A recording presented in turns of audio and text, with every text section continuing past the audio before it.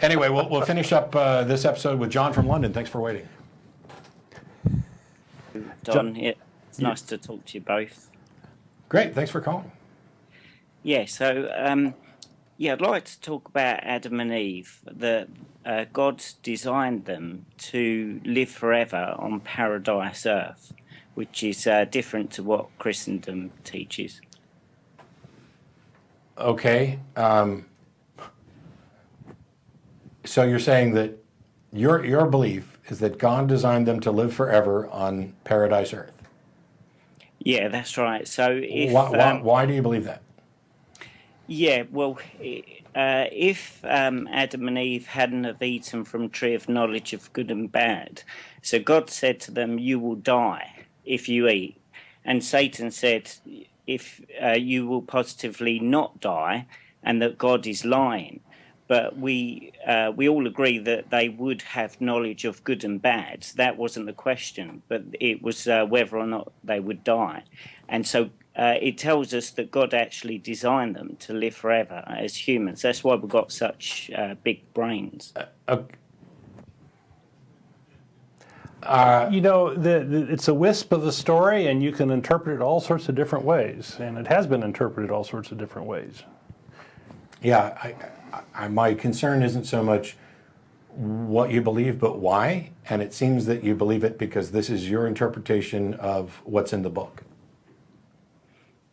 Well, it's logical as well, isn't it? I mean, I'm fine with that particular apologetic attempt to make sense of the story. My concern isn't whether or not someone can make sense of the story. It's whether or not the story is true. Yeah, that's right. So there's only one truth, and whether we know about that or not doesn't validate it as to the truth. Do you have any way to demonstrate that what you believe is true? Well, it will be validated. Our knowing the truth now, as human beings right now, is not the most important thing from God's point of view. Because if it was... How do you know that? Yeah. Go on, sorry. So basically your answer to my question is no, you can't demonstrate that it's true. Well, the only proof that has been provided is very difficult proof, like we spoke about last week, which is fulfilled prophecy. So last week you said that we would know about this in the future, and I told you to call back in the future when we knew. Do we know now? No, that wasn't my point. My point was... I don't care.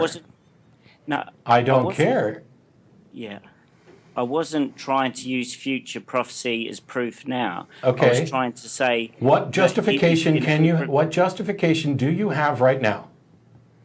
It's deliberately difficult. The justification is still the fulfilled prophecy. Fulfilled prophecies have nothing at all to do with the Genesis story. Well, it is the truth. Okay, so the Genesis story could be true or not true, correct?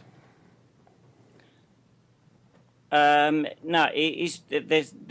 There's truth. There's only one truth. I don't care. Is it possible for this story? The only two possibilities are that this story is in fact true or it's not in fact true, correct? Yeah, that's correct. Okay. I need a way to distinguish between those two possibilities. Pointing to, let's say that the story is not true. If we assume the story is not true, is it still possible that the book could have prophecies that came true?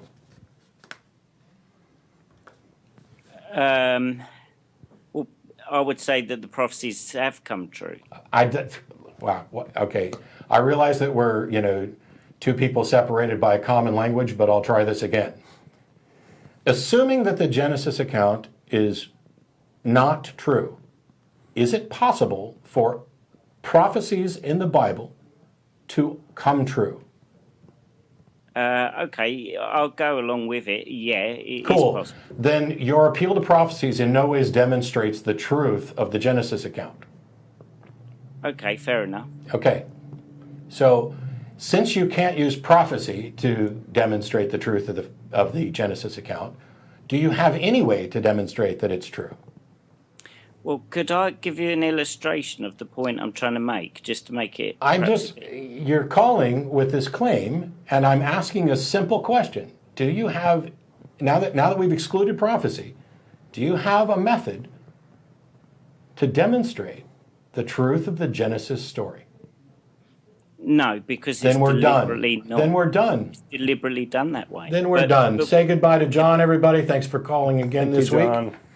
Appreciate it. So this is we've reached the end of the show, and in a minute they'll roll the credits on all the people who make the show happen. Here's the thing. For years we've talked on this show about we'd like to have conversations with people about what they believe and why, and the why is the bigger point.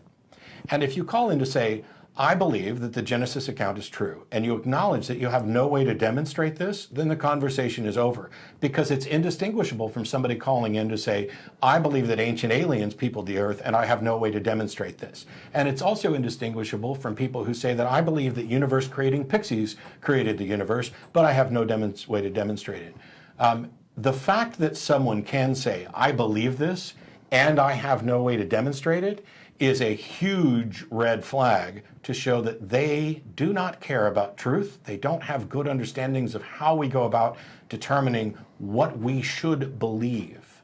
Right, it devolves into therapy at that point instead of a conversation about the real world. I'm not here to serve as your therapist for your sophistry. I care about what's actually true.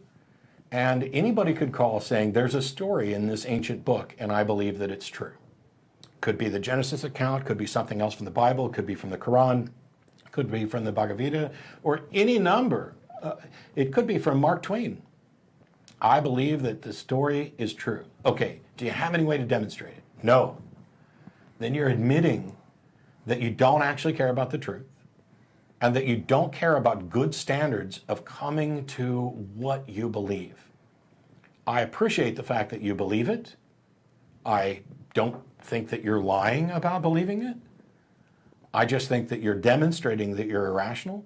And when we have that conversation, and you get to the point where you say, I believe this, I don't have any way to demonstrate it, and that's good enough for me, we're done. Because it shouldn't be good enough for you. It shouldn't be good enough for anybody. That's the entire point of skepticism and critical thinking. It's the entire reason, now we're going back to the very first call of the day, there isn't evidence for it. Therefore, I cannot be rationally justified in believing it. And you shouldn't be either. When people get upset that atheists are saying that Christians are wrong, or Hindus are wrong, or Muslims are wrong, it's not that we're saying what you believe is false. We're saying you, by your arguments, by your own admissions, acknowledge that you should not believe this because you don't have enough reason, and you continue to. And that's where we say you're wrong. And to amplify, even if you come from a community of like believers, that's reality's not up for a vote here. It doesn't matter if you have 100 people that believe the same thing, same kooky thing. You still need to have the evidence. Yep. On that note, we'll cut out for the show today. Thanks, everybody. Thanks to the studio audience. Thanks for everybody for tuning in. We ran a little bit long, but I enjoyed it. Yeah, I had fun today. So we'll see you again next week. Bye-bye. All right.